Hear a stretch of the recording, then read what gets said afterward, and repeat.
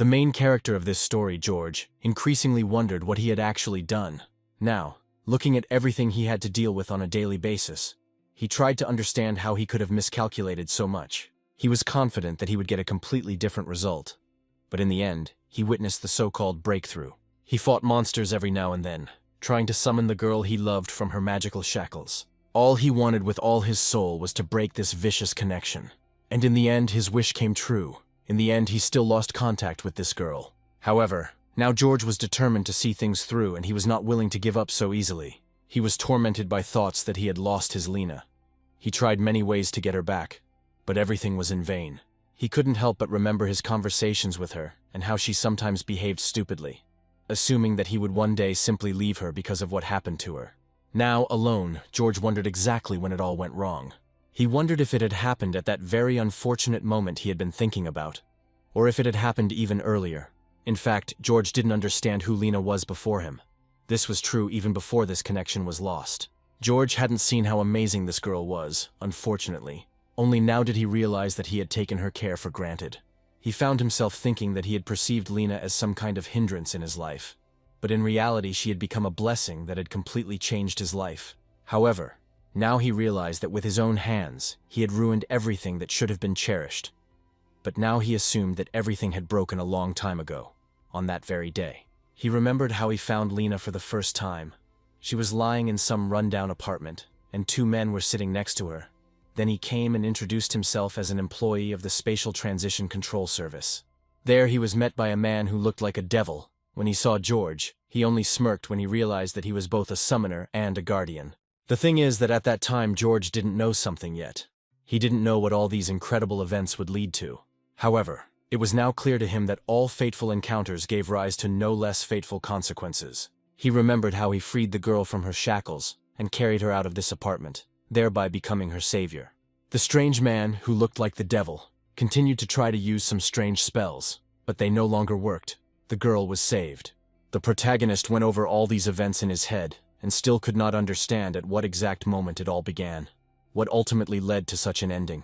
And now we needed to move into the past of our main character. He worked as a bartender, and it was a completely ordinary day in his bar. It was no different from all the other days. That day, another completely ordinary visitor came to his bar, exactly the same as all the others who came to him. The man entered and calmly said that he had an appointment there. He walked up to the bar and George asked him if he had really come to room number 5. And after thinking for a moment, the red-haired man said that it seemed like he had. The protagonist explained that the door he needed was the 7th door on the right, and that there was a sign with a number on it, so he wouldn't make a mistake, after which he handed him the keys. As George watched the stranger make his way to the right room, he thought about how the day was just beginning. It was only 12 noon, but already 3 booths were occupied. That was what reputation meant. In his opinion, this bar was the best place in the city where they lived. They often played live music here, and people came here to find long-awaited relaxation. However, George also knew that this was the place where the city's elite conducted their affairs, and sometimes something even more sinister happened. Meanwhile, the red-haired man met with his colleague in room number 5, an older man who, at the end of their conversation, suggested that he put everything on paper. Although this place was the best at keeping secrets in the Empire, without George, something like this would simply not have been possible. So as soon as he received the signal, he came to ask if Mr. Christopher needed any help. The man immediately approached him and asked him to testify to the fact that they had voluntarily entered into a deal with this man. Moreover, Christopher told him not to worry, as he would bear all the expenses entirely. As soon as the main character heard all the instructions, he smiled contentedly and said that he was writing all this on his account. He understood that it was not for nothing that he was called the Master of Contracts. However, judging by the red-haired man's face, he was not so pleased with how their meeting ended. But Christopher still behaved calmly. He asked him to simply not pay any attention to it. Meanwhile, George began to cast spells. He called upon magical seals to witness the contract. But he was still curious about what could be so special about this contract. He saw that they paid 10,000 imperial coins for 1 seal, which was quite a lot. But for him it was even better. He also noted the red-haired man Christopher was negotiating with. He looked funny. He was dressed like a nobleman, but at the same time he acted as if he was a servant and had seen magic for the first time. The man was truly frightened when a huge magical seal appeared above their heads, as if he expected some kind of magical beam to burst out of it and attack him. Once everything was ready, George smiled respectfully once again and asked the man to say the words of oath to complete the deal. In fact, he did not care what business they were doing. All that mattered to him was that they paid the money. Christopher spoke first, stating in a perfectly calm voice that he testified that this agreement was made with his consent and without coercion. However, when it was the red-haired man's turn, he suddenly began to tremble and seemed unable to utter a word out of fear. George watched all this with slight bewilderment, but he knew that sometimes there really were gentle clients who were completely unfamiliar with the high art of magic. In the end, the man was finally able to mumble the words that he had testified that this agreement was concluded with his consent and without coercion. He simply repeated Christopher's words, but more timidly. Since all these rituals were unfamiliar to him, he asked Christopher if he needed to do anything else, like sign his name in blood, but he just chuckled and said that they didn't do that. Usually such meetings took place completely calmly and did not require the direct participation of our protagonist. However, in general, George was never against some kind of additional income, especially if it came to him so easily. So when the contract was ready, he turned to Christopher with a smile and asked him if he needed anything else from him. However, the man said that for now he could go, and he would call him later. As the protagonist made his way back to his bar, he reflected on the fact that the main thing was to remember that any attempt to violate agreements concluded in this way had serious consequences. Immediately after him, this unfortunate red-haired man ran out of office number 5, literally shaking with fear and trying to escape from there as quickly as possible. He was so scared that he seemed not to notice the bar counter in front of him and simply flew into it at full speed. He clumsily kicked one of the bar stools, knocking it over, and then began to fall himself, screaming loudly. The next moment he was already lying on the floor upside down, and he had also dropped along with him several glasses that George had been so vigorously cleaning. The waitress, Natalie, who was watching all this, was a little surprised and asked the man if everything was okay with him. However, he didn't answer her. Instead, he simply crawled silently toward the door and somehow reached the handle. George didn't say anything to him either. Instead, he just watched the poor guy go and noted with a smile that he would simply send him a bill for the damaged items by mail. He then returned to his work, noting that the man seemed to have seen the demon himself, but a few gray hairs still wouldn't hurt. But when he looked down under the bar, he realized that room number 5 was sending him a signal again. And although he was unhappy that this man Christopher was calling him to his place again, he was still glad that they were on the same side. When the protagonist arrived there, the man immediately thanked him for helping them, as it was a very important agreement. However, George simply replied that he was always ready to serve his master. In response, Christopher grinned slightly with displeasure and said that in fact, he might not serve him at all. But George still understood that it was not worth buying into it a second time, so he added that serving was disgusting for him, but serving was a different matter. Then he began to think that first this visit had happened, and then this dinner party, and something told him that then they would simply marry him to some woman, and then he would not see any high society, theaters, ballets, or receptions. Meanwhile, Chris opened a bottle of wine and poured himself some, sarcastically asking George who he took after in personality. However, he only threw up his hands and said that, most likely, it was a gift from his relatives. Then the man reminded him with displeasure that George came from an ancient and noble family, but he did not see any pride or honor in him. But George did not like this conversation at all. Christopher continued by saying that money couldn't buy such things. But George was still young, so he didn't understand real values. The protagonist replied that there was no longer any kind of his family. Now he was an ordinary commoner, and he was far from such high noble concepts as family, honor, and pride. And then he asked the man what the great patriarch wanted from the humble bar owner. And he replied that in fact he had one little business that could use his talents. The hero immediately asked whether he was talking about money or a favor. He still didn't understand why such a patriarch from a line of healers needed a dark magician. Christopher replied that he was choosing a favor, and George chuckled in response, asking him what he wanted to pay for. The man noted that he liked the way George had done this office. He wanted the same one in his estate. And now it became clear to the hero what all this talk was about. He noted that this would have required at least 3 days of work, plus travel time. The bar would have needed to be left to someone, and he would have expended a lot of energy, and therefore it would have cost more than one service. But Christopher agreed without further ado, noting that he had no idea how exhausting it was to constantly travel to this city to discuss matters that were not intended for prying ears. George realized that if he really wanted it that much, then in that case he could negotiate, and assumed that Christopher wanted a personal exclusive. The man remarked that it was rare to find such a level of protection, and George was flattered by these words. But he noted that his bank account was not replenished by flattery, So he asked for 50,000 for 2 services, and without further ado, Christopher agreed. At first, the protagonist thought he had sold the order a bit cheaply, but he eventually came to the conclusion that he was the only one who could fulfill such an order, so the patriarch did not argue about the price. He also noted that all the materials would have to be obtained in advance at Christopher's expense. Moreover, some of the ingredients were quite rare and very expensive. But the man said that he already understood perfectly well that everything here was not so simple. Otherwise, he simply would not have started this conversation. George then noted that the issue of his accommodation remained to be resolved, since hotels in the capital and its environs were expensive, and he also needed money for the trip. Apparently, the previously agreed-upon amount would have to be increased. However, Christopher asked George not to test his patience. He said that he provided him with housing in the form of his guest house on his estate.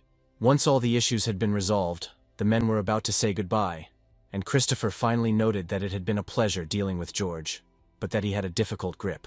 And then they needed to seal the agreement. And for this, the protagonist prepared another seal on his palm.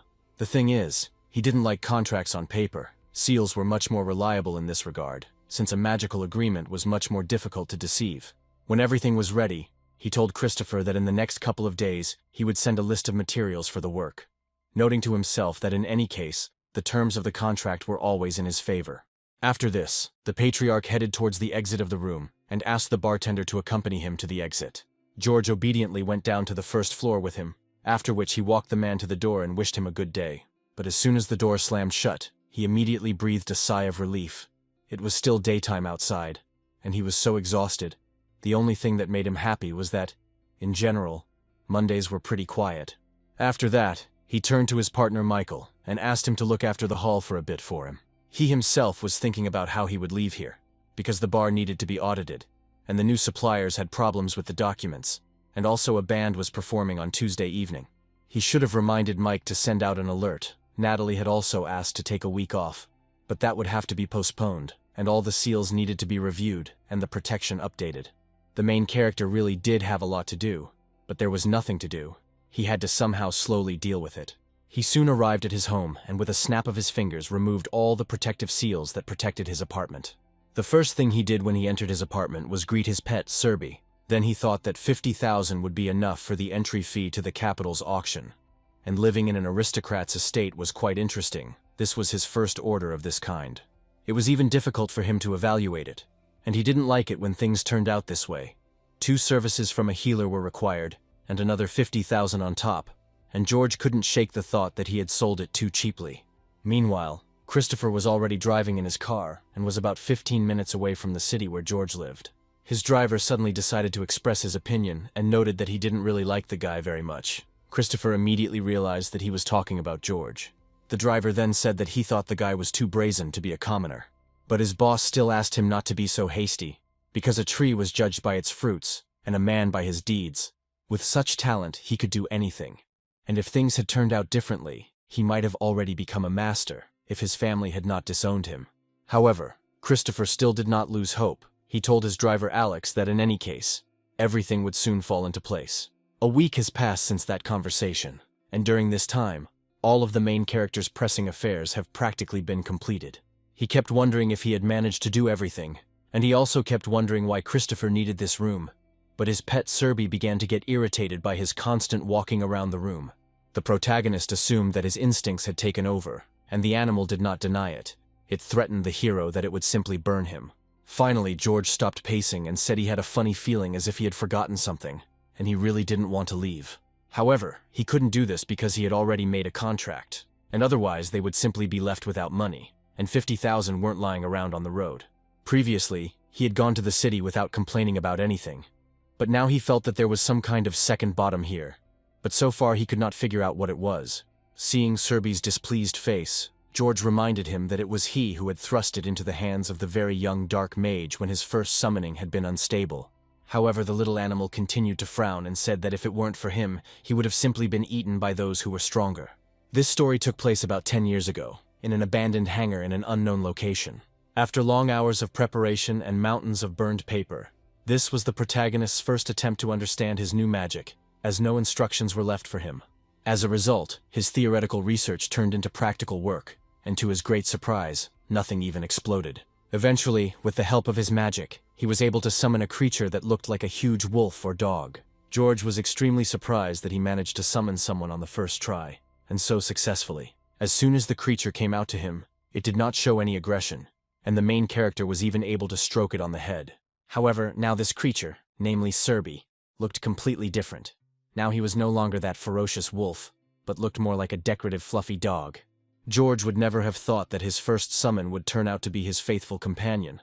Serby was the strongest and most capable of all his summons. However, now he made a rather sad decision for Serby. Namely, he decided to take him with him, and the pet did not like it at all. He wanted to stay here alone. He offered George to take Sword instead, and he said that this was not a bad idea, but Serby would still go with him, since, surprisingly, this pet sometimes gave very good advice. He understood that the sword was actually much more useful on the journey than Serby, but the little animal had become very lazy lately anyway, so he needed at least some kind of shake-up. He told Serby that Christopher's estate had a lot of delicacies, much more than theirs, so he just needed to put on a cute face and act calm. Serby still didn't like the idea very much, since he was a demon and a hunter, but now they put some stupid collar on him, which, on top of everything else, also made him look fat. After that, when the preparations were finally finished, they began to descend. George was a little nervous because this was the first time he had left the bar unsupervised. Now his partner Michael was in charge. However, he was still glad that he had people he could rely on, including his waitress, Natalie. He understood that having no one in this life was a terrible fate, which was much worse than death. Once everything was finished, he headed towards the exit with his pet, saying goodbye to his workers. He headed to the garage, realizing that he still felt uneasy. He still couldn't understand how Michael and Natalie would cope without him. As it turned out, George never liked trains or planes, but when it came to motorcycles, it was a completely different matter, especially if he had the spirit of a fiery horse within him. The protagonist realized that he hadn't used his beloved motorcycle for a long time, but he promised his iron horse to make up for all those missed rides. However, Serby did not like the idea at all that his owner was going to ride a motorcycle all the way to the capital. However, George calmed him down. He said that everything would be fine, since this guy was essentially his fellow countryman, so Serby shouldn't panic. However, the little animal still stood its ground. He said that he would never sit there, and even began to be afraid, trying to threaten and remind the owner that he was, after all, a powerful demon. But this was no argument for George. He picked up Serby and asked him to stop whining. After all, they weren't going to the vet. Serby continued to scream, as he was clearly unhappy with the fact that he was simply put in some kind of travel bag. He promised to pay back for this humiliation. Until the very end, the little animal hoped that George would come to his senses and not do this. But the next moment his head was already being pressed down by the lid of the carrier. However, the main character asked him not to dramatize it, since it was just a carrier for animals. When everything was ready, he looked at his motorcycle again, and remembered that there was once a time when it just appeared, and making the motorcycle obsessed became an interesting and challenging task. Now his Harley-Davidson had autopilot, climate control, and a firewheel effect, and it no longer even needed gas. The protagonist admitted that he was no longer stopped every kilometer along the road, as was the case at first, but now all the locals had gotten used to him.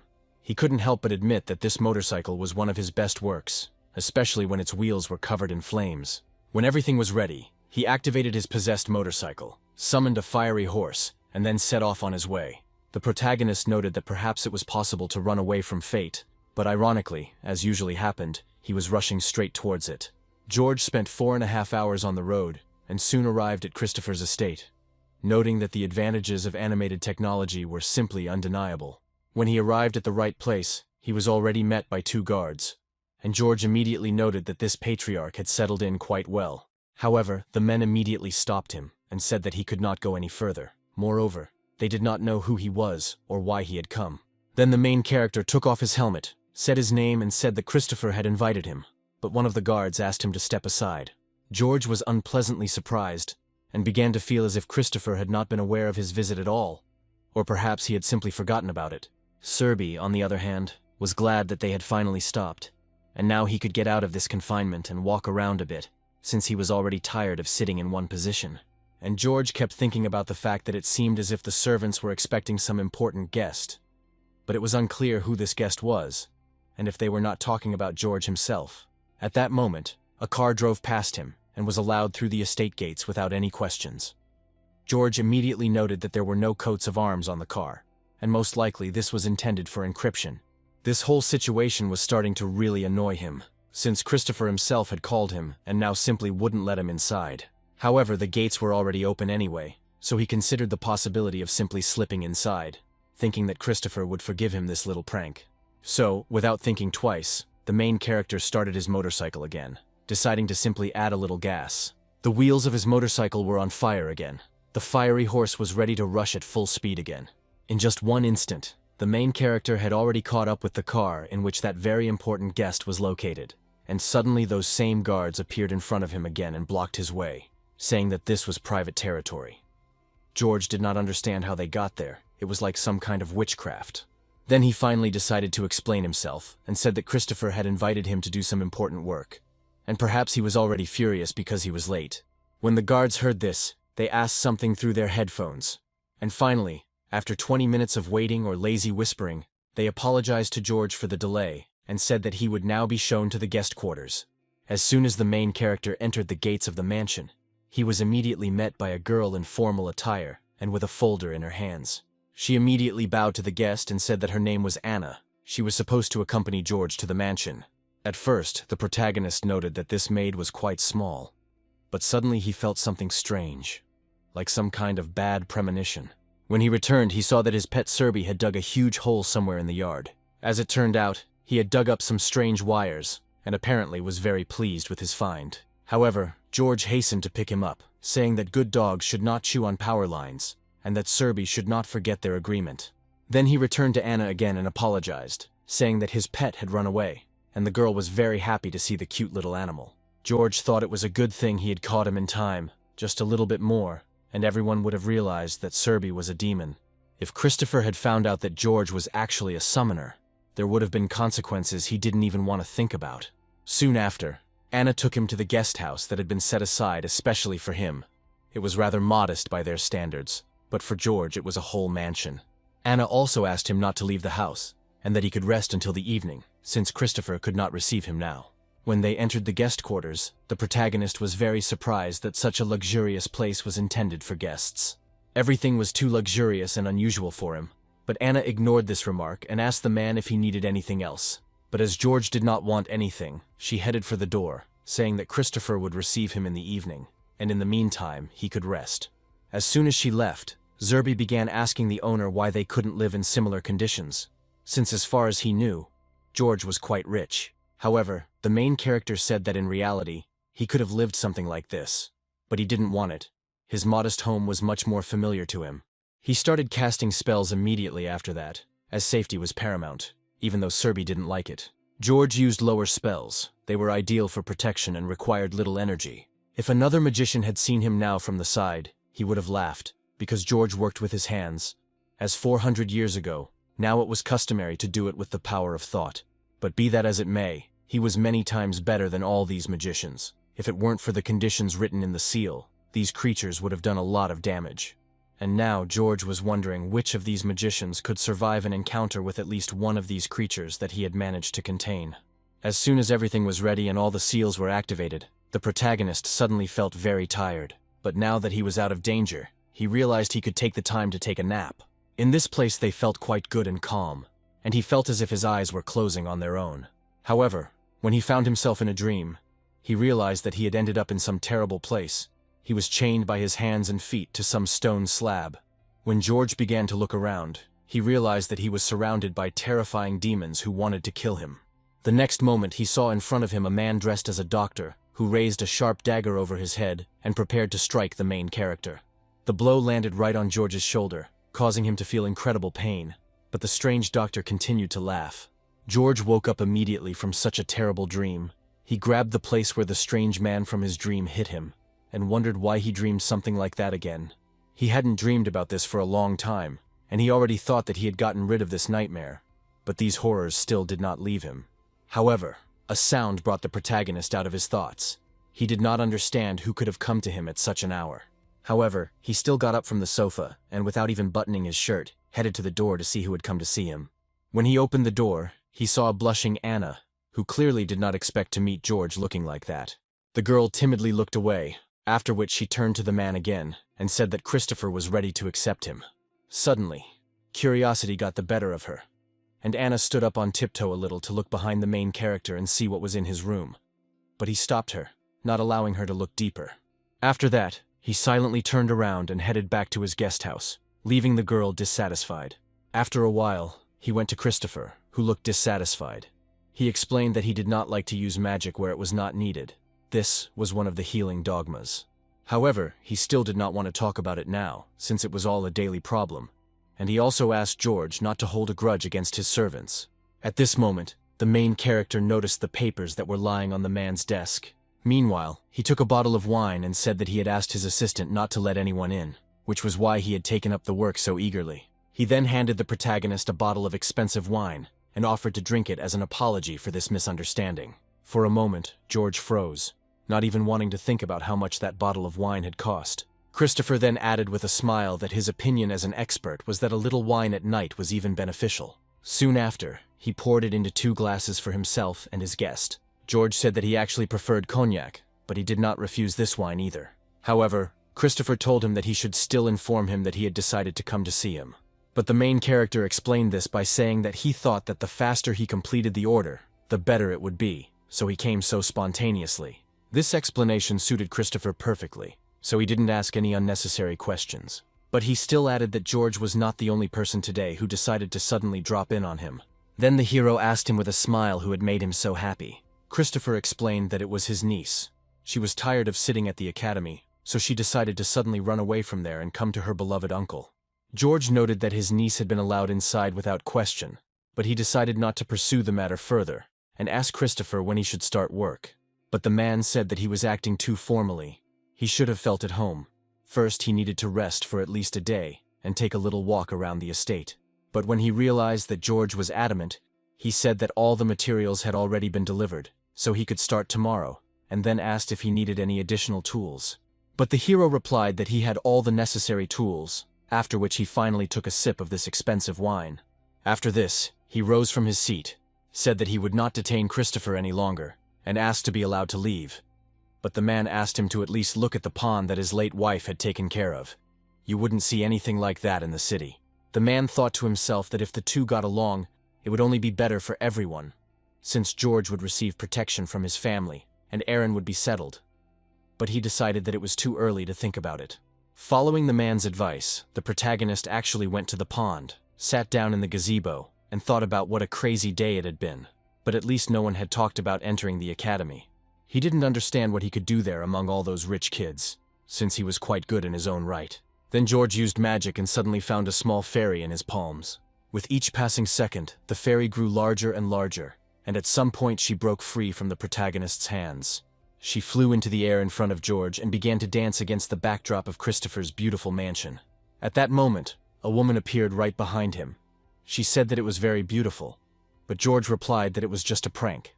The woman said that she had never seen anything like it. Because it was a living creature, she felt it.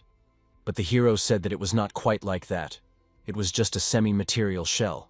However, when the girl began to question him, he realized that he had said this in vain. He had to explain that it was the result of a spell, but he did not say which one. The woman said she loved revealing secrets, but George just laughed it off, wishing her luck in the endeavor. She then said that she hadn't seen him there before and thought he was a new employee, and the protagonist also assumed that she worked there. And then the girl finally introduced herself. She was the niece of the owner of the estate. Her name was Erin. The protagonist was not very impressed, but nevertheless greeted the young lady herself, who appeared to him in person. Erin explained that she had interned at the Royal School of Art in England, where it was cold, foggy, and everyone was obsessed with pedigrees, so she decided that homeschooling would be better than academic education. George joked that she was clearly asked to leave so that she wouldn't embarrass the others, and the girl didn't deny it. She said that they simply couldn't stand it. She added that they did not usually allow servants to lecture, and since she had not seen George at the academy, she assumed that he was just a servant. Then, when she learned his name, she said that she had not heard of such a thing, and asked what family he belonged to which the hero replied that he was an ordinary commoner. But Aaron didn't believe him, since such a powerful magician had to belong to some kind of family, and George didn't look like an ordinary guest at all. The main character only replied with a smile that he was ready to admit that he was a thief, that he broke into other people's estates and stole pretty girls, Aaron thought that in that case, she should have called the guards right now so they could use the arm-ringing technique and a couple of attack spells. Then the hero finally decided to give in. He said that in fact Christopher had hired him. But there was one problem. He had a direct contract with the employer, which meant that he was not obliged to obey Aaron. But the girl said that he was nevertheless obliged to show the same performance to her personally once again.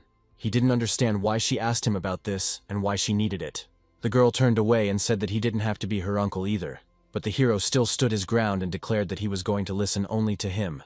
These words really angered Aaron, and she said that they would see who would listen to whom. After that, she headed towards the mansion with displeasure, leaving the protagonist to sit alone in the gazebo, thinking that this girl was too much for his secrets. Soon after that, he returned to his room. Serby told him that today he touched the security thread, and when everyone came running, he simply barked. The faces of the guards at that moment were worth seeing. George said he was lucky because everyone knew Serby was with him. Otherwise, they would have simply killed him. The little animal then asked him why he had shown the call in front of the stranger, to which George replied that he knew what he was doing. And in any case, the woman did not understand anything. Then Serby asked him with a smile if he was really going to cover this female, but George immediately denied this, saying that they were as different as a bicycle and an apple. The little animal did not understand this comparison. And then the hero explained that it simply meant that they were completely different people. And even though he didn't like all this talk, he couldn't help but notice that Aaron was a girl with character, and that was exactly what he liked. Meanwhile, someone was persistently knocking on his door, and the main character still could not understand why someone wanted to see him so much. When he approached the door, he saw that Anna was standing behind it, who, apparently, had been waiting for him for a very long time and was already dissatisfied. She said that she had been waiting for him for an hour, and he had arbitrarily put protection on the house. George apologized for this, saying that Christopher had not told him anything about an escort. The girl explained that George was currently their guest, and their job was to take care of guests. The protagonist understood that he didn't like it, and told the girl that in that case, she could be free. The thing is, he didn't need an escort. He advised that it would be better to order all the working materials to be sent to him directly to his office. That would be useful. Anna, apparently, was simply stunned by this request, since she clearly did not expect that her accompaniment would be so easily refused. George was only thinking about how to get rid of her as quickly as possible and said that everything was fine. She could consider it a little holiday. Then he suddenly smiled and said that perhaps she had come here not only to accompany him, and then added that he was very fond of girls with violet eyes. When Anna heard this, she became furious and immediately moved away from the main character. Soon after that, they went their separate ways, but Anna kept glancing at him. When George was left alone, he couldn't help but think that this girl was very intrusive. He suggested that she could be a spy, but he quickly discarded these thoughts. Then he came to the office where his materials were supposed to be. He suddenly realized that the door there was closed. However, it was no problem for him. He simply used his magic seal skill to open the lock. But when the main character entered inside, he realized that there was absolutely nothing interesting here. All the things, except for a few pieces of furniture, were simply hidden. He then walked over to the table where his things were supposed to be and found several dark green bags there. Inside was a finely ground Australian opal and middle mist petals, and George began to wonder who Christopher was using to buy all these things. However, he still decided not to think about such things and just get to work. He looked into the drawer in the hope that at least some paper had been left there, and he was lucky. There were several stacks of blank sheets. Now George thought about how to place them. He wanted to put one in the bookcase and one on the chandelier, but this was not enough. At least 2 pieces needed to be put in the bookcase. The summoning radius was limited to just 1 office, so George decided that 5 points would be enough. For Christopher's office, he used the same principle as in his bar, only instead of anchors, he used rare herbs and minerals. Whoever was within these walls would no longer be able to lie or harm the owner, or harbor dark thoughts. If even one of these rules were broken, the violator would experience the most excruciating pain in the world, which nothing could relieve. When everything was ready, the protagonist was ready to begin the spell that would put protection on this office. In fact, he was thinking that perhaps it was wrong to solve things this way and go against human morality. However, this was none of his business, since he was a dark magician, and this was his job. And what the consequences were did not concern him at all. Soon, several spheres appeared from the seals he drew on the sheets. They began to circle around him as George cast the spell. The most interesting thing was that if someone tried to unravel the secret of these spheres, their essence would immediately break, and at that very moment the contract would end. This was created on the initiative of the main character himself, since he really did not like it when someone poked their nose into his secrets. After a while, everything was ready. It was only 5 p.m., and George had already finished. Now all that was left was to observe how the seal worked, and it was time to go home. After that, without further thought, he headed towards the exit of the room. But what happened when he opened the door was unexpected for him. As soon as he opened the door, he immediately went to the stairs, and there he ran into Anna, whom he did not notice because he was in the clouds. The girl also started screaming for him to let her go, but George only politely supported her and said that Christopher's family were healers, and in the end there wouldn't be a scratch on them, but it would be very painful. Then he finally stopped joking and said that he didn't care, but asked Anna not to run around like that anymore. And then she said that she was actually looking for him. She explained that she had not given him the keys to the office that morning, but George said that she need not have bothered, since the office was unlocked. The girl didn't understand why he was saying that, since the office should definitely have been locked. But the hero pretended not to understand anything, and simply thanked the girl for worrying about him.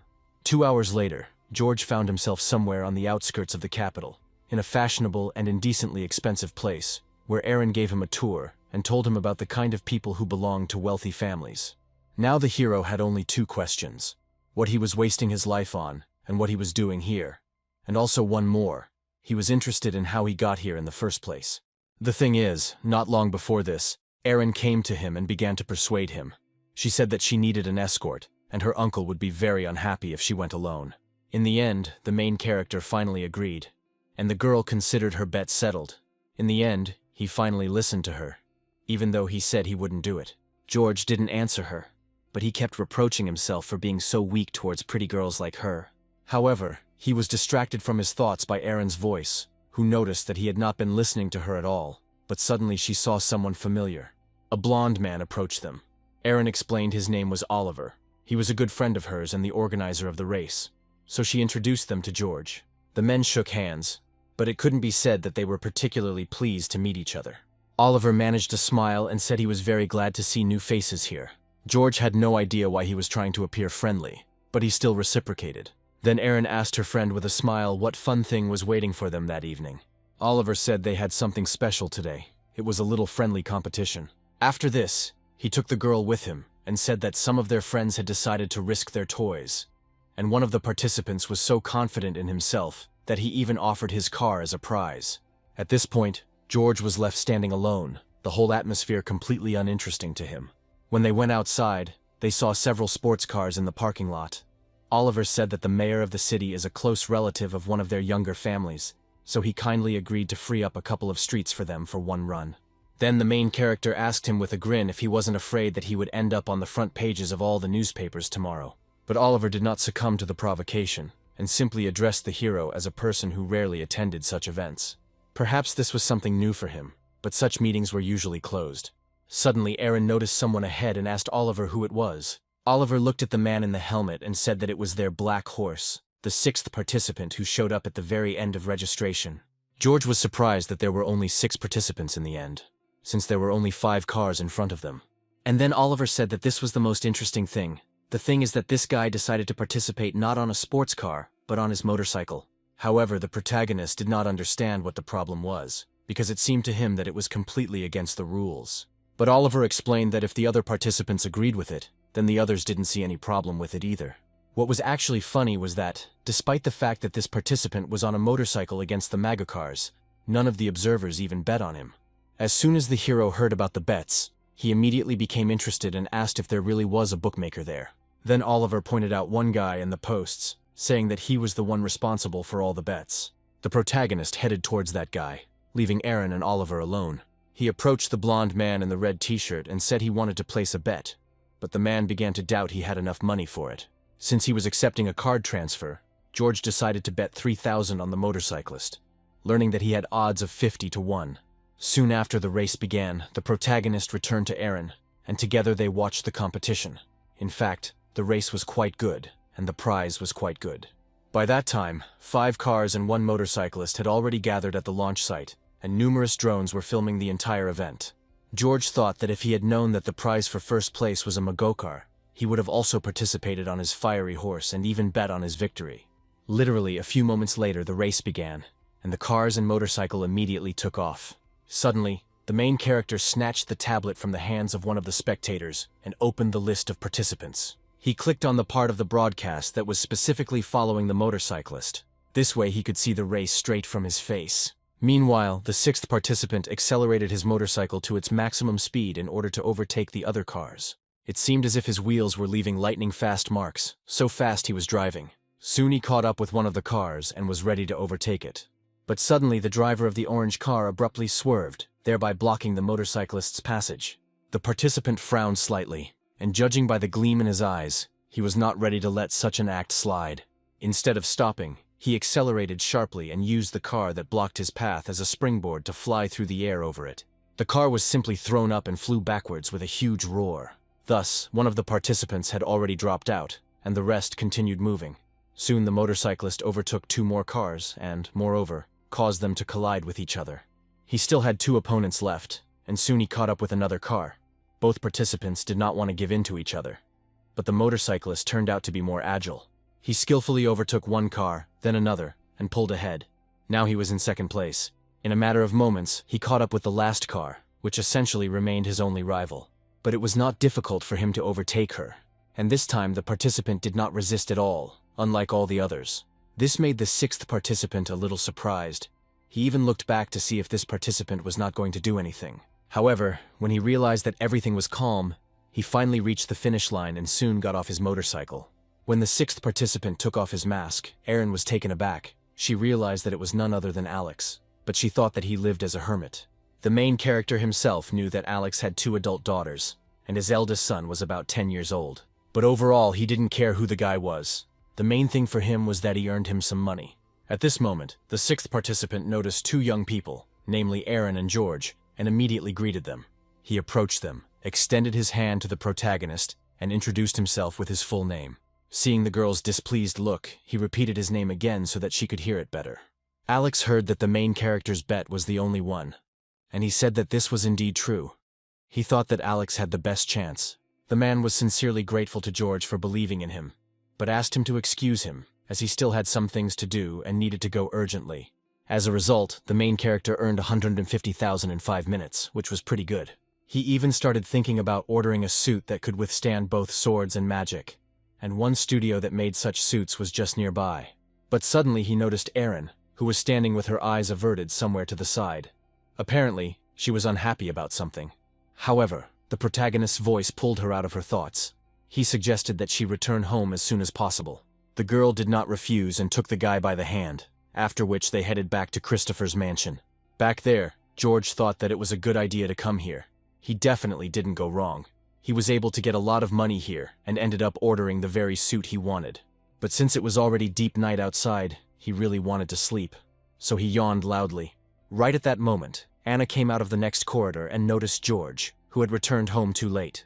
She didn't even suspect that the pendant on her neck was already under the power of the main character, who had placed a seal on it and could now command the girl. He used his magic to take her aside. The girl was as if enchanted and did not notice anything around her. She was like a puppet controlled by someone from above. So she immediately turned around and walked in the opposite direction from George. He was very pleased with how everything turned out. Besides everything else, he was able to get rid of this clingy girl and decided to remember this good method for the next time. Soon after, he went to his office, which he had recently sealed, and there was an oppressive silence. The main character immediately reached for the bags of magic spheres that he had hidden in one of the cabinets last time. He took out one sphere and carefully wiped it with a handkerchief. It sparkled incredibly brightly, and the hero noted that it was even better than he had imagined. After that, he used magic on it, and the sphere rose into the air, illuminating the entire room with its bright light. With each passing second, she began to glow brighter and brighter, as if she was getting ready to release something from herself. A moment later, a small pink fairy appeared in the protagonist's palm, similar to the one he had summoned earlier. The fairy soon came to her senses and finally spread her wings, flying out of the sphere and looking at the main character. However, with one movement of his hand, he removed her and the sphere somewhere to another part of the room. When he was alone, he thought about how his grandfather had been studying the possibility of such a summons all his life. However, it was George who became the lucky one who tested his theories on his own skin. And now, looking at the skills he already possessed, he realized that he had greatly surpassed everyone in his family. He was very lucky then, since elementally summoned creatures were not able to exist for more than a couple of seconds. But in his case, everything was different. He remembered those terrible moments he had experienced as a child. He remembered those terrifying hands of monsters that reached out to him. The fact is that his elder clan simply abandoned him, because in their eyes he was nobody. He was just a weak secret, incapable of any accomplishments. In the end, his own family gave him a condition. Either he gave them his grandfather's work, or he got out of the house. However, his family miscalculated. None of them guessed that George would become exactly what he became. To survive, he had to figure it all out himself. As a result, he left home and was forced to wander through abandoned buildings, studying his grandfather's developments there in order to try to apply them in practice himself. As it turned out, the main character became the owner of a very rare gift. He was able to tear apart the space between worlds and summon a creature into this world. Several years of research led him to some pretty good results. The protagonist learned to control his summons, and was even able to use them for his own purposes. Thus the creatures simply became his servants. Naturally, he was looking for such creatures for his own personal use. And eventually, a couple of years ago, this search was crowned with success for him. The thing is, the summoner turned out to be a homeless old man, and due to his age, he was unable to use his powers, and as a result, his own family threw him out into the street. But the main character still found him. The old man told him his story. And from his story, George realized that their abilities were different. Normal summoners seem to rip the creature from its home world and feed it with their magic for the duration of the summoning. But his summons were able to exist freely, absorbing the energy of their world as if it were their own. However, he remembered the fateful day when the old man suddenly went crazy and started shouting something about a dark summoner. At some point, he became so distraught that he simply ran out onto the roadway and was hit by cars. His behavior changed in an instant. The main character didn't even have time to do anything when he ran out onto the highway and met his end there. But now he was back in the real world. Now everything in the room was ready. He had completed his task with flying colors. However, he decided not to tell Christopher yet that the work was finished. He wanted to watch this room for a couple more days, and during this time his magic suit had just been brought to him. Meanwhile, the story moved to the city's port. It was getting on for the evening, and one of the workers' wives started texting him asking where he was. And the man simply said that he was running late, but he was already getting ready to go home. But at that moment, he suddenly heard some strange sound coming from somewhere in the water not far from him. At first, the worker didn't pay any attention to it. He thought it was just his partner who dropped something into the water. But when his partner didn't call him, the man began looking around and realized that something strange was making noise behind him. He was seriously scared and immediately rushed forward, still not understanding who could be making such strange sounds. When he reached the end of the port, he suddenly stopped and began to look from side to side, trying to find the source of the sound with his eyes. Literally the next moment, a huge creature appeared in front of him. It was a monster that looked more like a fish than a man, and it was also twice as tall as the man himself. Out of fear, the port worker dropped his phone and his hat flew off his head. He turned sharply and ran in the opposite direction. But it was no trouble for the huge monster to catch up with him. With one sharp leap, he jumped right to the place where the unfortunate man was supposed to run. Before the worker could do anything, the monster was already right in front of him, grabbed him with its huge paws and bit into his neck, tearing off a piece of his flesh. Meanwhile, his phone was still lying on the ground, now covered in his own blood. When the worker was finished, the monster simply returned back to its watery abode, dragging all the evidence with it. 2 days had passed since then. The protagonist was able to observe the seal he had placed on the room, and was now ready to report the results to Christopher. The man was very pleased and noted that he had always been amazed by George's abilities. He did not deny the praise, and said that he really did have some skills. Then Christopher invited him to sit at the table and showed him some papers. As far as the man remembered, George was self-taught. However, when they sat down opposite each other, the protagonist understood from the man's look that exactly what he didn't like was about to begin. So he looked away with displeasure, and said that Christopher knew it very well himself. The man didn't respond to this. He just continued to stare intently at his assistant. Then he asked him if George had thought about going to the academy. However, the hero said that no one needed him there, since commoners like him could not study at such an elite institution. But Christopher persisted, saying that if George saw it that way, then maybe he should have gotten a grant, or at worst, just paid for his education. But George didn't like these options. He would either have a grant that would bind him to give up his work, or he would simply give away all his money.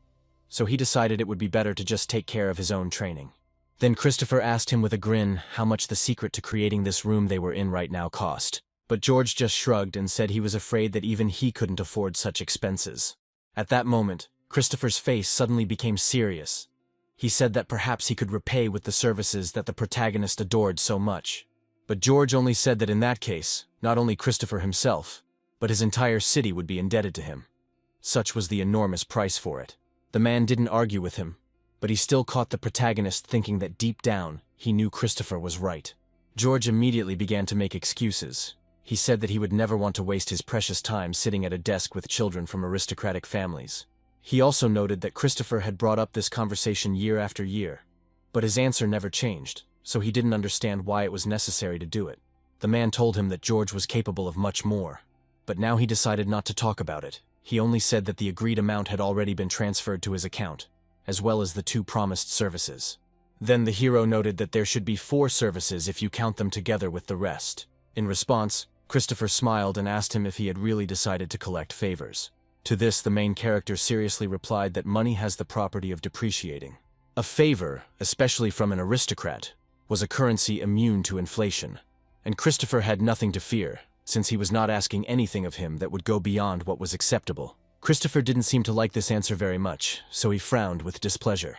The protagonist caught this look and turned away, pretending that he had not said anything. Christopher continued, noting that while someone like him might keep their end of the bargain, there are also people who simply go back on their word. George didn't really like where this conversation was going, so he flinched and looked at the man in surprise. Christopher still looked unperturbed, and asked what the protagonist would do with such people if he came across them. George just smiled sweetly and said he wouldn't do anything about it. This answer left Christopher stunned, and he was silent for a moment, not knowing what to say. The protagonist explained that if he did run into such people, they would definitely regret their decision. Christopher asked what made George the way he was, but the hero did not answer, since his work here was already completed, and he did not want to delay either himself or the man. Christopher finally stood up and insisted that they would return to this conversation later. George didn't answer, instead heading for the door, waving goodbye to the man, and leaving the room. He walked down the hallway back to his guest house, thinking about everything that had happened over the past few days. Serby was already waiting for him at the threshold of his house, clearly unhappy that his owner had been absent for such a long time. The main character only said that Serby understands absolutely nothing about human society and the rules of decency. Serby was offended by these words and headed back to the room with displeasure, noting that if George found out how things were with the demons, he simply wouldn't be able to sleep afterwards. George didn't argue with him and said that he took his word for it. At that moment, Erin appeared and asked if George really could talk to animals. He noted to himself that the girl had a talent for arriving at the wrong time. However, she looked dazzling, wearing a chic purple dress and jewelry that matched it, so George decided not to upset her. He offered her to take his hand, and explained that the animal was actually much smarter than it seemed, after which he addressed Erin by name. The girl explained that addressing each other by name was not unusual, since they had already agreed to address each other without formality. However, she didn't like George's behavior, so instead of taking his hand, she headed in the other direction. She reached George's room and opened the large wooden door slightly, inviting him to follow her. George didn't argue and followed Erin, thinking to himself that he had done the right thing in getting rid of all the demons in time. At this point, Serby sat down on the arm of the sofa and playfully asked if George had finished his work and was coming back. George calmly noted that he was indeed returning to his city, since everyone in his bar had already missed him. Erin then asked him if he liked places like that. George said he liked them, and that on a gloomy evening in this city there was nothing better than a glass of cognac and a heart-to-heart talk with the bartender. However, Erin didn't seem impressed by this answer. George tried to justify himself, noting that he was only joking, but the girl's expression showed that she was still not convinced by his words. Then he decided to lay all his cards on the table and announced that he really did own the bar, and that Christopher really loved to go there. But Erin still had doubts in her soul. She had no idea that his uncles could have interesting establishments like this. George just chuckled and noted that he actually had a very interesting place there, and then asked if she had come to say goodbye or if she had some other purpose. Erin lounged on the couch, grinned coquettishly, and noted that she just wanted to talk. Then she slowly began to straighten her dress and began to approach George. He thought that the girl had decided to play the seductress, but he was in a good mood, so he decided to play along and gently took Erin by the face. He placed both palms on her cheeks and moved closer to her face. His thumb slid across her lips and she didn't seem to mind. George pulled back sharply and noted to himself that the girl might not understand that all these secrets would one day consume her. Then he thought that for Erin this was a game, but for him it was real life. and decided that she better find another test subject to practice her skills. Erin was extremely indignant, as she was not used to being refused. George calmly said that he didn't want to spoil his relationship with her uncle, and Erin shouldn't test his patience. However, the girl was not convinced, as she still did not understand what a man like him was capable of. George came up and gently poked her in the nose with his finger, explaining that being of noble birth may not always help. The girl was furious at such impudent behavior, but she understood that she could not say anything in response to him. George did not want to continue the pointless argument and asked her to calm down. Erin didn't even answer, but quickly headed for the exit, slammed the door loudly, and left George alone. As soon as he had collected his things, he headed to the garage, where his favorite motorcycle, on which Serby was sleeping, was already waiting. While Serby was dreaming sweet dreams about treats, George was wondering how the little animal managed to handle everything on his short legs. Then he gently stroked the motorcycle, which understood him without words.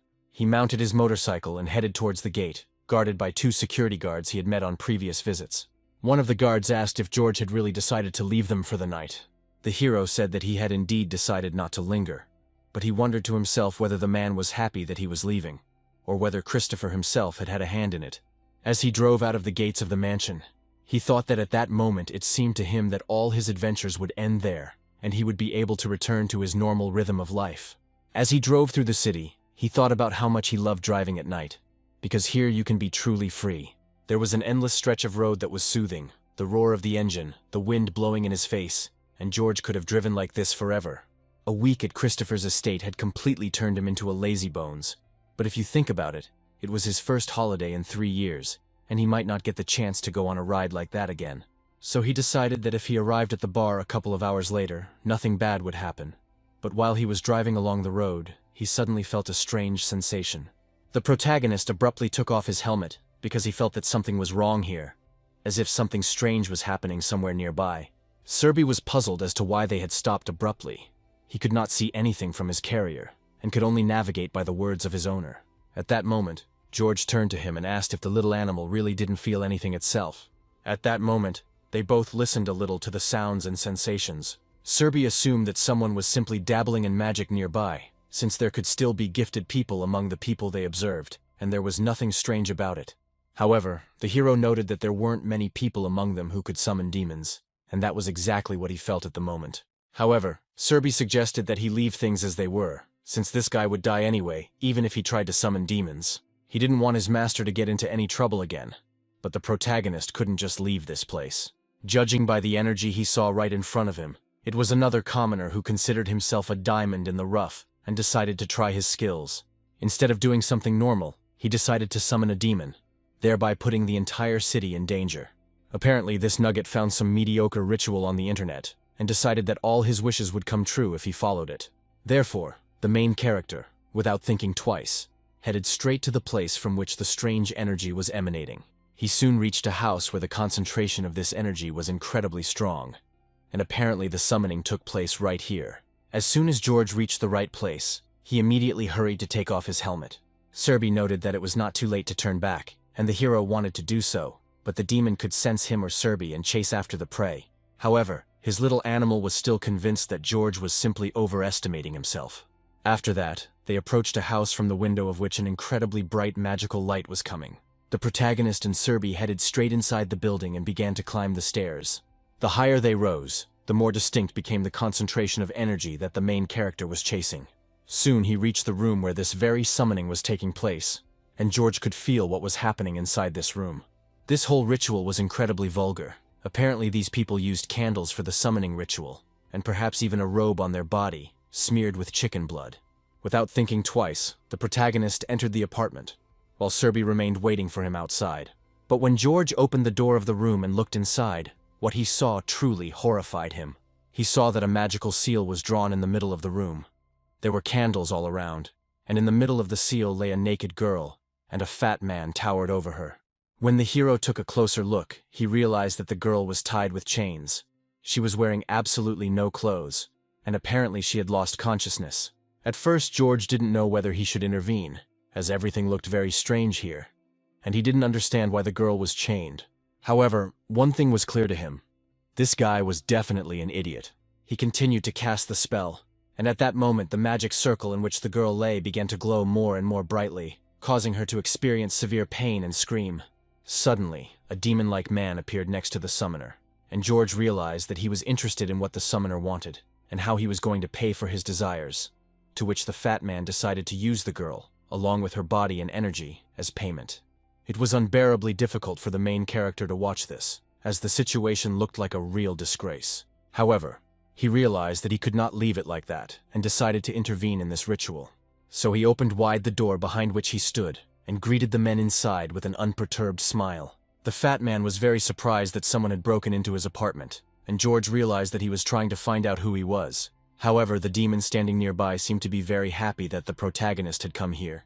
His eyes suddenly began to glow, and a wide smile appeared on his face. The protagonist calmly entered the room and announced that he had arrived from the Spatial Transition Control Service. At that moment, he held his hands behind his back and prepared a magical seal, and this did not hide from the eyes of the demon, who realized that in front of him stood both a summoner and a guardian. However, the protagonist calmly addressed them and informed them that they had violated the ban on the use of summoning dark entities. The fat man began to sharply turn his head from side to side, claiming that this was the first time he had heard of such prohibitions. But the hero continued to stand his ground, declaring that ignorance of the law was no excuse, and therefore demanded that the draft be cancelled, after which the proceedings would proceed according to the law. However, the fat man was not going to give up so easily and ordered the demon to first kill the guy and then fulfill his wish. At that moment, the main character looked at his pet, which was sitting nearby. However, he decided that it was not worth dragging him into all this, and so he decided to act himself, calling upon 2 magical seals. The fat man was very surprised that this stranger also turned out to be a magician, and so he abruptly ran towards the window. Before the demon could do anything, he was already held back by George's magical seals, preventing him from moving. And then the main character took out a small red magic crystal and squeezed it between his fingers. The demon realized that this guy was serious, so he tried to maintain a friendly attitude until the very end, and even wanted to negotiate with him. But George still stood his ground. He threw the magic stone, and it hit the demon right in the chest, taking away his energy, which he had been accumulating for hundreds of years. The stone suddenly began to glow, various symbols appeared on it, and in just a few moments it absorbed almost all of the demon's power. There was no trace left of the former attractive demon. Now he was completely exhausted and could not even stand on his feet. He still didn't understand what this stranger was doing to him, and he really hoped that he wouldn't bring him back. However, the protagonist firmly stated that he would simply kill him. The stranger began to scream and tried with all his might to cast a spell, but nothing worked, as George's magic had completely drained and sealed his abilities. After this, George turned to his pet Serby and said that he could now destroy the seal. Without further ado, the little animal came up and placed its paws on the seal, and gradually it began to disappear. Then George snapped his fingers, and in an instant, the chains that bound the girl lying in the center of the room snapped sharply, freeing her. She was now free, but still unconscious, and since she was naked, George decided to wrap her in a blanket. After that, he lifted the girl's body and carried her to the bed. When they laid her on the bed, Serby asked his owner what he was going to do with her, and even began to think that George was going to take her with him. However, the hero said that he had no time to mess around with the girl now, since she was not a trophy, and there was no point in taking her. But he was still glad that they had managed to interrupt the ritual at the very early stage. Otherwise, they would have had to face a more dangerous creature later. George had already been burned by this once, and he did not want to repeat the experience. Once that was done, he left the house and headed back to his motorcycle. After a while, he returned to his bar, and as soon as he walked inside, he immediately felt a pleasant feeling of finally being home. Michael and Natalie greeted him immediately, apparently managing to get the job done in George's absence. George immediately asked the man what had happened while he was gone, and Michael replied that several special clients had come in, and also noted that musicians had dropped in during that time. He then got out the forms for George and told him that the top 2 were really good, and that the fire department and the tax office had also come. Moreover, Michael was able to come up with some new drink and wanted to prepare it for the main character. But first he needed to calculate the proportions. George noted that when he hired Michael, he didn't even think that the guy would turn out to be such a treasure. He knew how to draw up documents, take care of the premises, and stir drinks beautifully, so he decided to give him a bonus this month. While Michael was pouring the drink, George asked him to make an order so they could have a tasting, since the key to a good party was music and cocktails, and Michael liked that theme too. The protagonist then told him that he would need to discuss something later, and that he would be upstairs if needed. George was very happy that he got a smart bartender, but he was a little indecisive and afraid of responsibility. If Michael had been bolder, he would have become an excellent event manager, and perhaps would have already opened his own agency. The idea of holding concerts in the bar was originally Michael's, but George wasn't thrilled with the idea at first. Parties are always noisy, someone always drinks too much, and then there are fights, scandals, and visits from the police, and the main character didn't like all of this. The bar became his new home, and he didn't want to let just anyone in there. He was thinking of making it a quiet place for negotiations and gatherings at the bar, but Michael still insisted on a stage. Ultimately, his idea led to people flocking to the bar, and now money was circulating in their establishment. All it took was a few right words and tips to the right people, and several bands were already off to conquer the capital. As a result, musicians in their city developed a saying that if you want to reach the sky, you just need to perform in a bar. At that moment, George was approached by his spiritual mentor, who scolded him for abandoning his training. He understood that George had a difficult path, but the school was not developing, and he was simply living his life peacefully. The protagonist also understood that his growing popularity was associated with an increase in the amount of work he had to deal with. However, when he studied the questionnaires, he realized that Michael had not deceived him. The first two candidates were really very good, and he decided to call them to invite them to perform. Eventually, his workday ended, and George couldn't help but note that it had gone quite well. He had managed to update contracts, negotiate with groups, and get the accounting done. He then noticed the calendar and decided that he should help Michael, as he was most likely already at the end of his strength. He turned to his pet Serby and said that he should now be in charge instead of him. It was now 9 p.m., the time of the protagonist's main clients. These were not vampires or werewolves at all, but ordinary people. So George went downstairs to greet his guests. It was no problem for him that they were a little on the wrong side of the law, since they knew exactly the real value of an honest word. His bar was inviolable and considered neutral territory. He then turned his attention to Michael, who was standing behind the bar, and noted that the guy was starting to show off again. With one deft movement, Michael tossed 3 bottles at once and mixed them into one cocktail. The main character could not understand at what point this guy became so gifted. He used incredible tricks to prepare cocktails for his customers, and everyone loved him for this. When George saw this, he understood why the fire department had come recently. He couldn't argue that it was beautiful, but cocktails wouldn't make themselves, so he decided to let Michael develop, as long as he knew his business. At that moment, a strong man entered the bar and greeted the owner. George noted that he was looking at him too intently, and did not understand why he needed to greet him personally. It all sounded like a gangster drama, but George didn't show it. Instead, he smiled broadly and informed the man that room number 3 was available for him. He also hoped that the man knew that this establishment had certain rules. In response, the man snatched the keys to the room and said that he had already been informed of these rules. As soon as he left, Michael leaned over to George and remarked that he didn't like this guy at all. But George said that he shouldn't like him, since he wasn't even a woman. But if a man was willing and able to pay, he was happy to provide him with services. He then asked Michael to stop talking nonsense, as he had a line of people waiting for drinks. It was another Friday night, and George was standing behind the bar again. He didn't mind, but this time he seemed to be stuck behind it.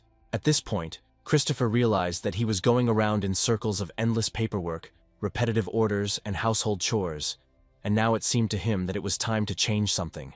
He remembered Aaron mentioning the Royal School of Art, and George decided to go there. It wasn't a bad idea, a new place where they use different methods of working with magic, as well as ancient auction houses. George was just thinking that if nothing changed, then nothing would change, when suddenly he was distracted by a signal coming from room number 3. He realized that something important was happening in this room, since signals were not sent just like that, and said that he would step away for now. George really wanted to spend this evening in peace. He believed that he deserved it after all his work, but fate decreed otherwise. The protagonist approached room number 3 with displeasure and asked the person inside what was happening there. However, without waiting for an answer, he went inside, and as soon as he opened the door, a pool of blood poured out at his feet. When George looked up, he saw the rude man, but his chest was cut open and his heart was lying right at his feet, and then George knew that they would have to close early today. A couple of years ago, he made an intriguing contact, a man he could call in a similar situation, and he has never had the good fortune to meet him in person. However, this was exactly the case, and this man turned out to be completely different from what George had imagined. A man in a red suit and hat arrived at the bar and said he was glad to meet George, despite all the circumstances. George asked him to introduce himself. but he said that he could just call him Hatter, and if George was uncomfortable with that, he could address him as Ivan. Since they had already finished exchanging pleasantries, the Hatter decided to ask the protagonist what special thing had happened that night. George explained that, unfortunately, he had no choice but to call the man into the bar, and then explained in detail what had happened. The Hatter noted that it would be wrong to resolve such an incident without George's participation, but the event that had occurred greatly interested him. Soon after, they went to room number 3, and the Hatter examined the man's corpse, noting that it all looked very interesting indeed. He pointed to the man's exposed chest, as he realized someone had torn out his heart. George explained that he was simply providing a service to ensure a fair deal, but that there was never any talk of protecting clients from each other. In response, the Hatter just smiled broadly and said that it was a very good idea of George to call him. If he had acted alone, he might have been in huge trouble.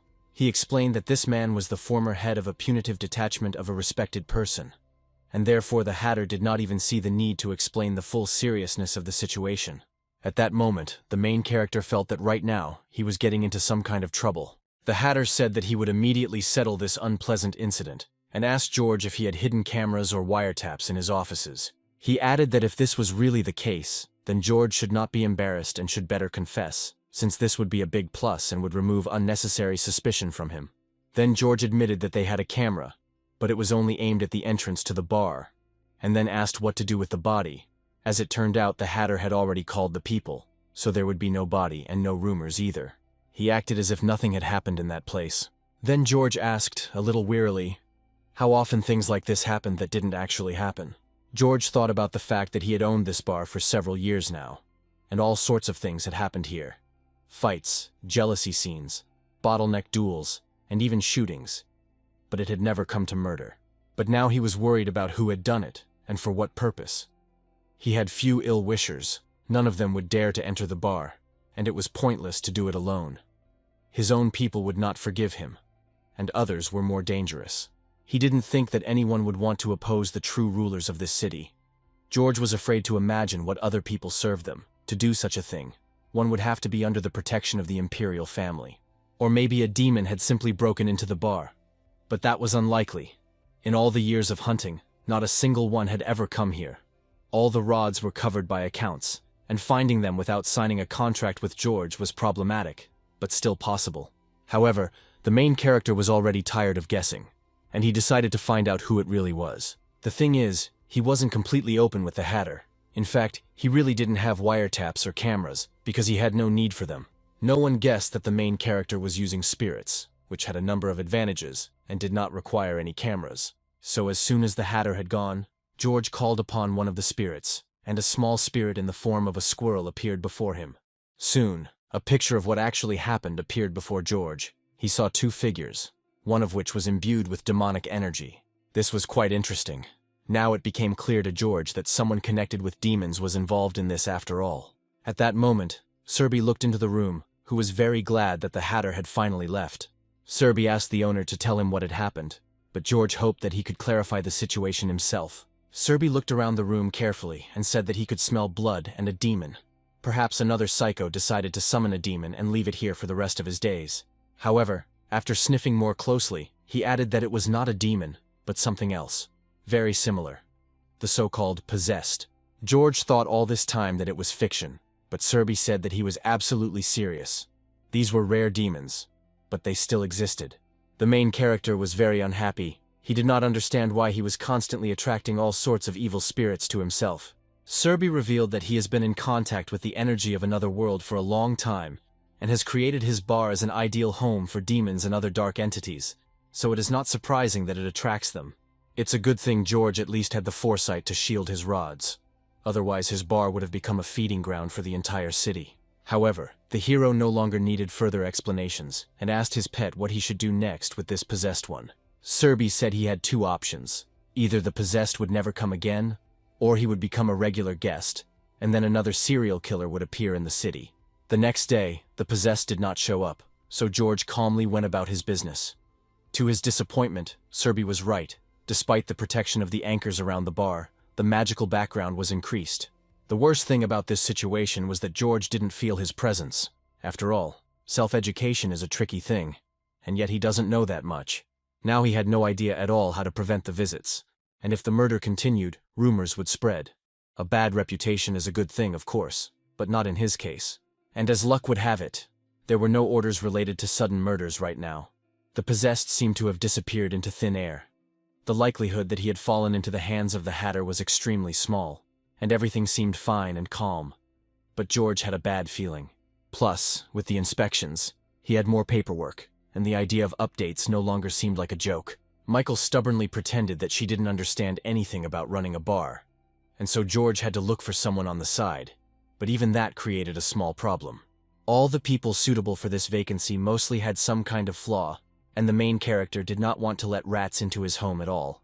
However, he did come across one candidate. Her name was Helga, and she claimed that repeating the same thing over and over again in the hope of a different result was not madness at all, but stubbornness. And so he decided to see what she would be like in reality. As George had expected, Helga quickly responded to his proposal, and they surprisingly quickly found common ground. At first, he offered her to work 6 days a week. But then the schedule changed. She would work 40 hours a week, with each additional hour paid at time and a half. Their agreement was only a matter of time, but he had no idea that he had let a monster get close to him. Soon, Helga declared that she couldn't even imagine why their establishment still existed. She had never seen such chaotic accounting. Not a single month simply added up. There were too many loopholes in the documents, and she was sure that they would not survive any inspection. But George claimed that previously no inspections had come to him at all. Helga said she didn't know what business George was running and she didn't care. But he was the one who hired her as manager, and now she was the one responsible for the establishment and its paperwork. She decided to be honest, and stated that before this, the accounting department here had been handled by a real amateur. But she gave George her word that in a week, even the emperor himself would not be able to get into their papers. In some ways, Helga was right. George had never learned how to run a business like this. He received the building as payment for a service. The bar already existed at the time, and he decided to keep it, just slightly remodeling it to suit his own needs. In general, he thought that the bar would be a good help in legitimizing his income from various orders. Then the idea came up to create small meeting rooms, and later he moved here himself, after which he hired Michael and the others. No matter what income the bar brought in, George continued to occasionally take orders from outside. It might seem like he was spreading himself thin, but that was not the case at all. Over the years, he developed a certain reputation, and he was forced to maintain it. He never thought that their city's fort would be so popular. But in general, he was currently suffering from a lack of funds, and all tasks could be seen as potential sources of income. In the end, he found a suitable option for himself, since simply getting paid by 3 famous families for one case was pleasant. In the end, he said goodbye to Helga and apologized for leaving so suddenly. Moreover, he didn't like checking all this accounting at all, so he, roughly speaking, simply ran away. Soon, the main character arrived at the right place where he was supposed to meet with the clients. There, a large man approached him and asked George to come with him, as he was already expected. The thing is that recently people started disappearing in the port. At first they were ordinary people, but then servants of large cities started disappearing, and understandably, they started keeping an eye on these disappearances. He soon met a man who thanked him for responding to their request and asked him to follow him to the scene of the latest incident. He also explained the details of the case. It all started about a month and a half ago. First, several workers, not belonging to any clan, disappeared. At first, no one paid any attention to it. People just disappear somewhere all the time. But then things got strange. People started to just disappear, as if they had never been there. The missing people were not any special people. They were ordinary port workers, loaders, forwarders, and logisticians. All ordinary people from families of hereditary servants. This case was very important and urgent, so they turned to George. George guessed that the owners of these people had already conducted more than one investigation, and of course they had reached a dead end. So he asked if he was sure that there were no connections between the missing people. The man said that there was nothing special. They were different people of different ages, but they disappeared absolutely suddenly. Some eyewitnesses said that their interlocutors disappeared into thin air as soon as they turned away. George asked how many people had disappeared in total, but he understood that in reality he was not a detective. His summoned creatures did everything for him, and these questions were only needed to maintain the image. The blonde said that the last disappearance happened yesterday at this place, and then the main character asked to leave him alone for a while. After that, he headed to the place where the last disappearance supposedly took place. It was cordoned off with police tape. But this did not stop George. He sighed and began his investigation. The first thing he noticed was that the water was still warm, although the bay was cold. Then he suddenly looked up and saw a purple cap lying nearby. At that moment, that stole actually decided to leave him alone and went off somewhere in the opposite direction. The protagonist was very happy about this, because now he could stop acting as if he really was a detective. Now he used his magic to explore this place with the help of summoned creatures. But to his surprise, this time he summoned a cat, and since he had no choice, he asked the creature to find the culprit of all this. The cat obeyed. First he stretched like a normal animal and then got down to business. First of all, he turned his gaze to the cap and sniffed it carefully. Then he sniffed the strange lump of water, which, unlike all the other water, was warm. Then the cat suddenly jumped sharply and ran somewhere in an unknown direction. He was so fast that George could not keep up with him. He had to try hard to catch up with the creature, which was jumping from one container to another at great speed. Eventually the cat landed in one place, and then suddenly arched his back and began to hiss. It was then that George realized that this was the very place where another murder had taken place. When he looked down at his feet, he noticed with horror that he was standing right in a huge pool of someone's blood. It seemed to him as if death was following him closely, and there was a strange feeling emanating from this place. He assumed that some kind of monster, or even worse, a demon, had settled here. So George decided to play it safe and called the port director. He greeted the man and said that he had not very good news. Apparently, he would need some time to solve this problem. In the end, he was given 30 hours to solve this problem, which was very generous on the part of the port director. George didn't know who or what would be here, so he decided to play it safe, summoned a lot of magical seals, and now he only had one piece left. He took out a knife and cut his palm.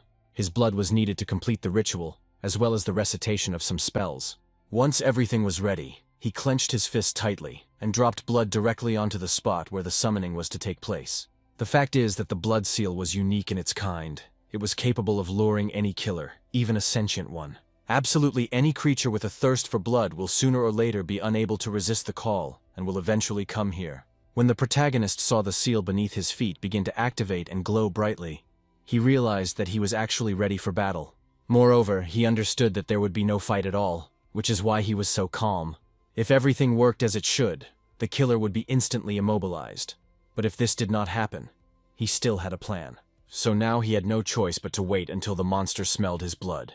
After a while, George felt the seals begin to vibrate and realized that the killer had finally arrived. He saw a dark silhouette that was clearly unhappy with being summoned, and it turned out that this monster was Triton. He didn't understand why some mortal was bothering him, to which the protagonist explained that Triton had become a problem and needed to be removed. The monster itself was clearly not thrilled with this explanation, so it leaped with all its might towards George and landed right in the center of the seal. He was apparently not at all afraid, as he was confident that no mortal could do anything to him, since he was a descendant of the gods. Everything went exactly according to the protagonist's plan. As soon as Triton found himself in the center of the seal, he immediately clenched his fist, activating the magical circuits. In an instant, Triton found himself bound hand and foot, and despite all his threats, he could not break free from the magical shackles. George noted that it was very sad that the monster was so aggressive. You see, the collector could pay him dearly for a living relic. However, the black market wouldn't mind getting something like this either. And plus, this monster would be much easier to transport in parts. Triton struggled to break free from his bonds, and did not understand who this mortal really was who was able to stop him. But George said that was the wrong question. He should have asked how much his body would be worth on the black market. Soon after, he cut off the monster's head. In fact, George had not planned to meet a creature like Triton, so he was not prepared. And now he had to transport his body in parts, since he could not even imagine that such muck could be found in the bay. Moreover, the main character was sure that this was not someone's failed call. He would have felt it, just like he did with that apartment. He was still wondering where this strange Triton had come from. But that was no longer important now. Eventually, this monster will become a new item on the black market. The thing is that the main character already had a rather long-standing friendship with the black market. For them, he was something like a supplier of rarities, several years of close work, a certain amount of trust, and now he was receiving the warmest welcome. Moreover, traditions were highly valued here. But that was another story. He never understood why these aristocrats needed to hide the identity of their clients behind a mask in the age of surveillance cameras and fingerprint scanners. Soon, George arrived at the office of the black market boss, and they decided to get straight to business. The man asked if he would like to use the services of an appraiser. The hero agreed, And then the blonde man asked if he wanted to look at their goods, and without hesitation the protagonist agreed. He was amazed at how they combined tradition and modern trends, but then he turned his attention to the products and decided to look at the precious stones first.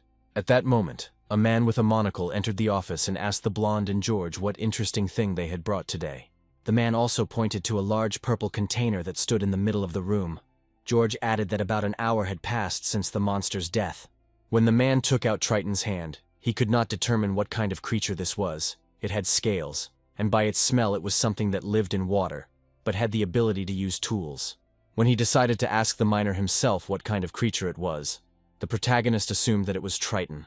In the end, this monster was valued at least 400,000, and George exchanged this money for a decent amount of precious stones, some materials, and 4 extremely rare books on ritual magic.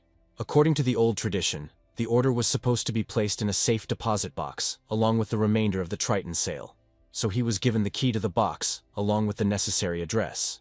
The sum turned out to be quite decent, more than $500,000, but George still had unfinished business. He summed up that he had completed 3 orders for several hundred thousand and $500,000 on top, and from this realization even the air seemed to become fresher. After this, he went to the port and told the worker that he could now declare that it was safe here. However, there was one question: what would happen to the missing people? And George replied that a team of scuba divers would easily find the remains in nearby waters. Finally, he gave the man some friendly advice. He needed to start looking for a good cleaning service now. Soon the main character finally returned to himself. If you think about it, he hadn't really slept for 3 days, but it was worth it. He decided that now was the time to just lie down and get a good night's sleep. But when he went into his office, he saw Helga sitting there, who, apparently, was clearly unhappy that George had disappeared somewhere for so long. When the hero saw her at the table, he was very scared, and also reminded her to simply call him by his name when there were no guests. But Helga said that he was her boss anyway, but George insisted, saying that he ordered to call him by his first name. At that moment, the woman suddenly raised her voice and said that they needed to clarify a few things. The hero plopped down on the sofa and asked her to do it quickly. Then the girl said that there were a lot of questions, but the most important one was how this bar even exists. Newbies don't care, but if you take a closer look, it becomes clear that the establishment is unprofitable. So she had a question, which was what is the main source of income for this enterprise? However, the hero explained that this did not concern her. But Helga was not talking about this. She needed to understand what amount to count on when planning development. The sum of about 10,000 a month turned out to be enough for her. And then she asked the hero what he thought about remodeling the bar. George clearly didn't like this idea. He said that they wouldn't change the concept of the bar, and the rest wasn't that important, like chairs or tables. Helga also suggested reworking the menu. It wasn't necessary to create something heavy. You could simply add a few appetizers, salads, and less complex dishes, and not give out the menu until the customer orders alcohol. She eventually managed to persuade George, and he asked her to prepare several menu options and bring them for consideration. As it turned out, Helga had already prepared menu options. Apparently, she knew in advance that the boss would agree. The girl did not answer this question directly, and said that she would not bother him anymore, after which she wished George a good rest. At some point, the hero began to doubt that she was even human. Perhaps she was some kind of higher demon, and he decided to test her someday. After a couple of days, everything was fine. Under Helga's pressure, he chose the menu, and he also chose several projects for redesigning the bar. So now the girl was harmless and busy with work for a couple of months. The protagonist himself delved into the research and asked Serby if a demon could enter the human world without using a contract. The animal didn't want to give a direct answer to this question, and then the main character began to threaten him that he would cut the budget for his feeding. This was the last straw for Serby, and then he finally agreed to answer. In general, they tried not to talk about it, so George owed him some kind of favor. Breaking into this world was possible if one accumulated enough energy. Some strong spirits or demons were able to do this with their willpower. However, the chance of failure was very high, and no one really knew how exactly it worked. If the transition is unsuccessful, the demon loses all the accumulated energy, and there is not much of it in the human world, but some are lucky and break through. The demon can also return back, of course, if he himself wishes so. Now it became clear to George how Triton had appeared there, and then Serby asked him who Triton was and where he had found him. At first, the hero also didn't want to answer directly, but he still told that he received one order, and it was that very Triton. When Serby asked what he did with his body, the protagonist, without further ado, replied that he simply chopped it into pieces and sold it on the black market. For Serby, This was a real waste, because if Triton really did come here through the breach, George could eat him and gain Triton's power.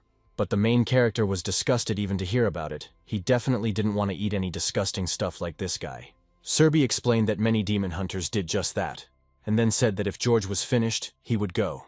But George stopped him, asking the little animal what the likelihood was that such creatures would penetrate them. Serby explained that the probability was minimal. He had a better chance of running into a vacant conscript than such a free-spirited reveler. At that moment, there was suddenly a knock on the main character's office. As it turned out, it was Michael. He said that some girl was downstairs asking for James. He had already tried to throw her out, but she did not leave.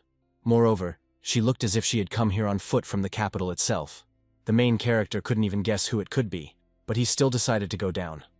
Perhaps it was a dissatisfied client, or the wife of the murdered bandit. However, he noticed that the security system did not react in any way, which meant that it was definitely a person. When the hero went downstairs, he saw a girl who was behaving very aggressively. She demanded to be allowed to meet George. At that moment, she suddenly noticed a man coming down the stairs and looked up sharply. As soon as she realized that she had finally found the right person, she calmed down and immediately smiled. When George saw her, he immediately realized that this was the same girl he saved in that apartment. But he did not understand how she found him. Before his eyes, he still had the image of her lying in the center of the magical seal, bound hand and foot, completely naked. But he still decided to leave these thoughts for later and focus on why this girl came here. He greeted her and said that he was glad to see such a charming guest, noting that they had already met once, but he did not remember her name. At this point, the girl became a little thoughtful. Apparently, she either didn't remember her name or didn't want to say it. And then her gaze fell on a newspaper where the name of a famous woman was written in large print. Therefore, she could not think of anything better to do than to call herself by this name, declaring that her name was Lena. George noted that she was quite resourceful and quick-witted, but he was no fool either. But he played along and said that her name was very beautiful. In response, the girl smiled broadly and suddenly began talking about the events that took place in that apartment. But George interrupted her, called Michael and Natalie over, and asked them to brew some milk oolong tea, and also make a couple of sandwiches for them. After that, he turned to Lena and asked her to go to the 3rd floor. Now he had to find out who this mysterious woman really was. When Lena opened her eyes, she was overcome with cold and horror. She couldn't imagine what it would be like to find herself in an unfamiliar place and not understand anything. She didn't know where she was, and what's more, she didn't remember who she was. The only thing she knew for sure was that something terrible had happened to her, but she didn't know what exactly. Pain pierced her head every now and then, preventing her from thinking normally. All her instincts screamed that she couldn't stay in this place. As a result, the girl looked around and found some kind of bag with clothes in the room. To her great surprise, the clothes were her size, so without thinking twice, she put them on anyway. Moreover, in this package she found someone's bag and decided to rummage through it. What was surprising was that she found a wallet there with some money in it. When the girl was ready, she went outside and immediately felt something strange, as if hundreds of small needles were simultaneously piercing her body, and vague images began to appear in her head. At that moment she realized that she just needed to be here. And then she felt an amazing lightness and incredible strength. But the strangest thing was that she knew exactly where she needed to go. The girl tried to catch hitchhikers who could take her to the right place, but the price for their services was disgusting to her, so she had no choice but to go on her own. As a result, she walked completely alone through the forest to the place where her own brain called her. She almost did not feel tired or hungry. While walking through the forest, she tore all her clothes, and there were numerous wounds on her body. But she did not care what other people thought of her. The closer she got to her goal, the more confidence she felt within herself. She saw many wonderful things on the way here. However, among what she encountered, there were also some not-so-pleasant things. For the last 2 days she simply could not sleep from anticipation. She walked and walked forward to the place she needed. After some time, the girl finally reached the city. And now she could literally feel with her skin how close she was to her goal. The closer she got, the more clearly she understood where she was going and why. And after some time, she arrived at the very bar where she was currently located. That was her story. And now Lena was sitting in the main character's office. Then George asked her how she knew his name. Lena replied that when she was standing in front of the bar, the name George popped into her head. However, now she didn't know what to do next. Moreover, she said that she found the wallet in her bag, but now she lost it. George was completely confused. He didn't know what to do with this girl. He suddenly assumed that she was most likely tired. So he gave her the key, saying that there was a guest room on the second floor where she could properly rest, sleep, and wash. But to his surprise, the girl did not accept the key. She stated that she was not tired at all. Even though her stomach was growling, she didn't feel hungry. But George still asked her to take a shower, change clothes, and rest, and that they would discuss everything in the evening. He also said that she could contact Natalie or Helga with any questions, thus giving Lena consent to stay here. When the girl heard this, she was overjoyed. She immediately snatched the key from the protagonist's hands and ran away.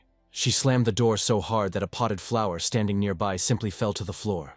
George noted that it was a very interesting story, but he did not understand why this girl found him. And her story was strange. Apparently she knew where to go, but he had never heard of anything like this. In the end, he spent the whole day searching, but didn't find a single mention of what Lena was talking about. A couple of times he thought about turning to the internet, but quickly dismissed that thought. Firstly, no one is responsible for the quality of the information published. And secondly, any grain of truth is actively mixed with a bucket of lies. At some point, Serby burst into his room and was clearly unhappy that George was sitting with his books again. The boy explained that this was just one way of transmitting information and asked the animal what it wanted. Serby said that they would learn everything they needed to know just by living an extra day, a philosophical thought that was completely alien to him. Then the hero asked him if he had ever heard of a connection being established between two beings, with the help of which one of them could find the other even many kilometers away. And at that moment, Serby's eyes flashed with an unkind gleam. He said that there was definitely such a connection between them. However, Serby still didn't understand why it was necessary to read books for this. In his opinion, people were complete idiots. And at that moment the main character realized that he was a real idiot. Serby didn't even deny it. George immediately jumped up from his seat and ordered Serby to stay there and not go anywhere. He needed him to look at something. After that, he headed towards the exit of the room and once again asked the pet to stay here. Soon after, he brought Lena into his room and said that he needed to check something.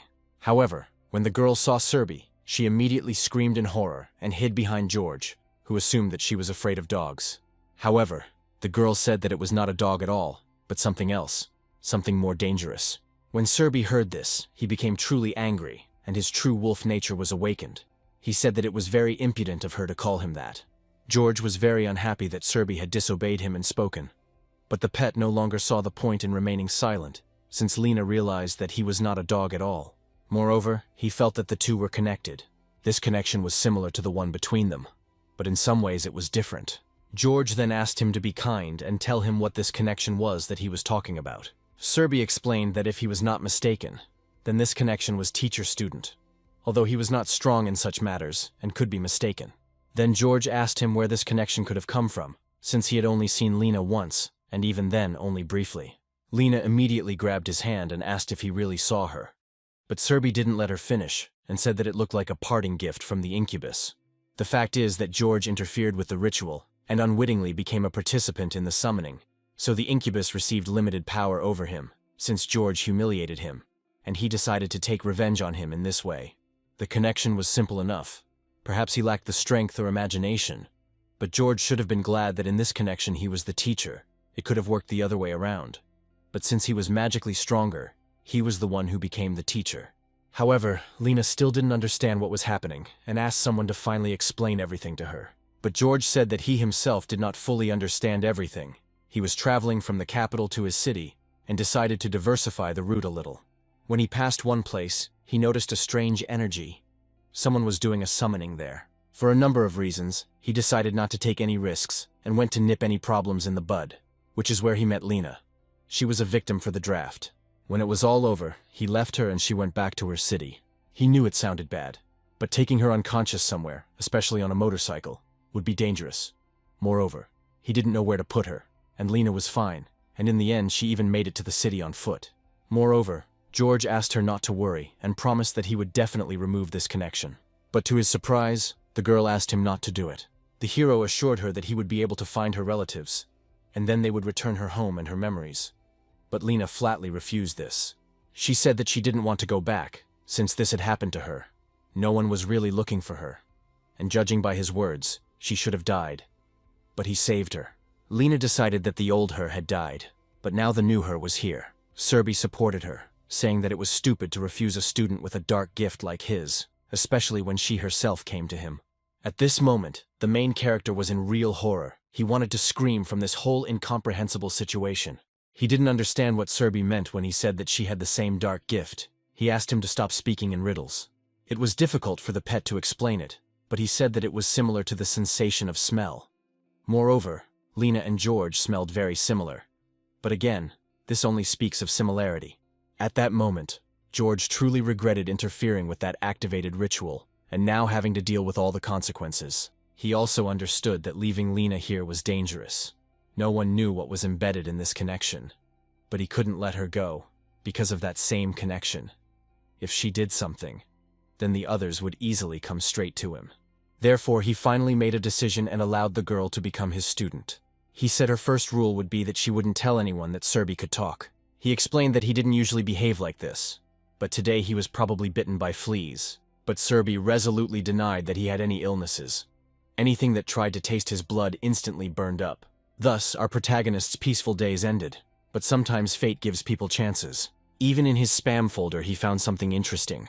And then George thought that he had always been quite lucky. He felt like these people on the internet were specifically spying on him. And he couldn't resist, and ended up buying the books they offered him. There he learned that the teacher-student relationship was not such a rarity in their world, and had long been used in noble families. This was mainly done for training purposes. With the help of this magic, many things became a little easier. The mentor could explain not only with words, but also through communication, convey a drop of his experience to his student. However, this relationship also had another side, much more unpleasant. The student became weak-willed and obedient.